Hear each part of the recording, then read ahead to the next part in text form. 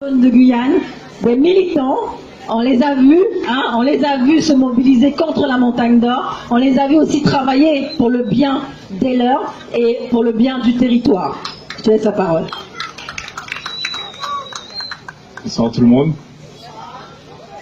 Donc Christophe Pierre, je suis pas fier de ce prénom, hein. Christophe, c'est difficile à porter pour un Amérindien surtout. Donc je me présenterai plus sous mon nom d'origine, Yanoana.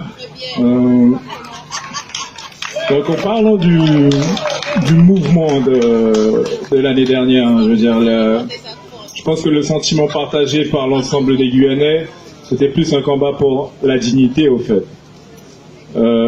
Aujourd'hui, on est très peu, c'est pas si grave que ça. Il y a encore du monde. Et ceux qui étaient au front, que ce soit Trop Violence, les 500 frères, la jeunesse autochtone et bien d'autres collectifs, sont toujours au front. Ça n'a jamais été un combat qui allait se gagner en un seul mois, en un seul jour.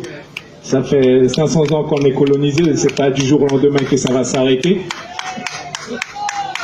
Et au-delà des accords de Guyane, parce qu'il faut bien se mettre dans un coin de la tête, que les accords de Guyane, c'était juste une étape qu'on doit faire respecter, bien sûr, mais c'est une première planche de négociation.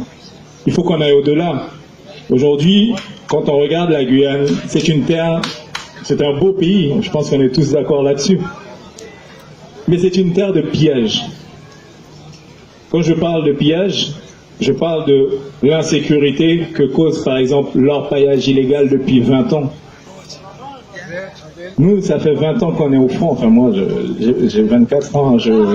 À 4 ans, je n'étais pas sur le front, mais les Amérindiens luttent contre l'orpaillage illégal depuis 20 ans, que ça existe sur le Haut-Marronnier et sur le Haut-Yapok. Et ce soir, j'aimerais quand même rendre hommage aux populations qui sont mobilisées dans l'intérieur du pays également. Donc la Guyane, c'est pas juste le littoral, c'est l'intérieur, c'est le Haut-Maroni, c'est le Haut-Yapok, ça va de Trois-Sauts jusqu'à Maripasla, Papaïstan, Grand-Senti, Wanari, il y a tous les coins de Guyane en fait, et tout le monde suivait ce mouvement. Tout le monde avait quelque part un petit espoir de changement. Mais le changement, ça ne peut venir que de nous. Je pense que tout le monde a entendu le discours de notre cher président Macron, quand il a clairement dit que c'était pas le Père Noël. Et nous, on lui a clairement répondu, les Guyanais ont clairement répondu qu'on n'attendait pas un Père Noël, qu'on attendait juste quelqu'un qui nous respectait. Et ce n'est toujours pas le cas aujourd'hui.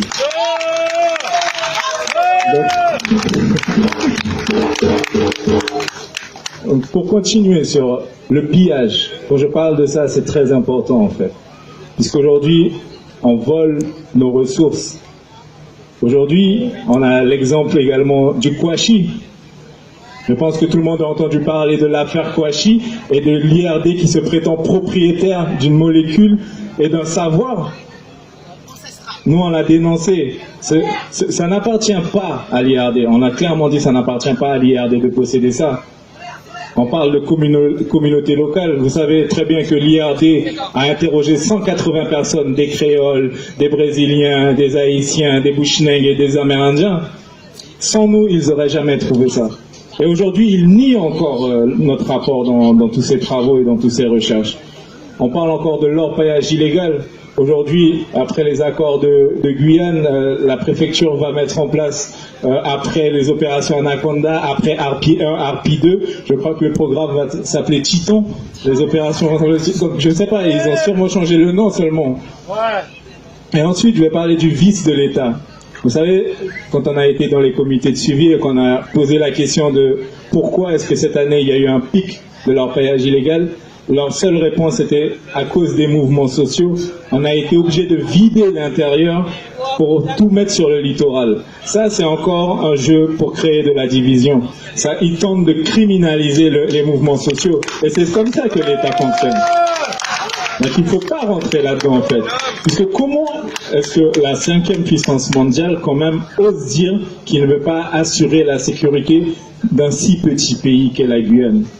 Ils arrivent à intervenir partout dans le monde sauf en Guyane. Non, c'est un mensonge complet.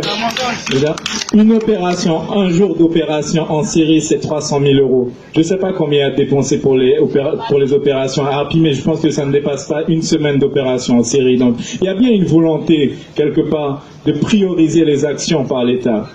Donc, aujourd'hui, le plus grand combat qu'on a, c'est face à l'État. C'est lui qui est vicieux. C'est pas entre nous, etc. Il faut qu'on accorde nos violons, bien sûr. Il faut qu'on échange, qu'on discute. Il y a plein de points de divergence, mais il ne doit pas y avoir de confrontation. Parce que la seule confrontation légitime qu'on peut avoir, c'est face à eux. C'est face à ceux qui nous ont colonisés. C'est face à ceux qui nous manquent de respect. C'est face aux élus qui sont complices et corrompus.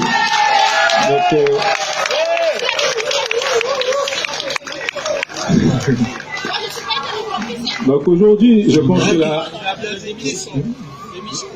pense que la responsabilité de chaque citoyen, de chaque Guyanais, c'est de rester mobilisé, c'est de rester attentif à tout ce qui se passe.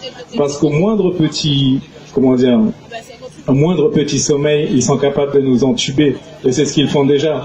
Donc ils attendent juste qu'on baisse la tension et ils vont nous la mettre à l'envers, c'est bien connu. Là, on est peu nombreux, de moins en moins nombreux dans les réunions, etc. Parce que c'est ce qu'ils veulent. Ils veulent nous épuiser, ils veulent nous essouffler. Mais il faut qu'ils comprennent que nous, on ne fait pas ça pour le plaisir. On ne fait pas ça parce qu'on est payé pour. On fait ça parce que c'est nécessaire, c'est une obligation, c'est un devoir. Et aujourd'hui, j'invite chacune des personnes qui sont présentes aujourd'hui à se poser la seule véritable question qui, à mon sens, est valable. Il faut sonder le fond de son âme et se demander quelle Guyane on veut laisser à nos enfants et à nos petits-enfants. Voilà, c'est tout ce que j'avais à dire. Merci beaucoup, bonne soirée. Merci Christophe, que tu portes bien comme tu arrives. On est fiers de notre intervention.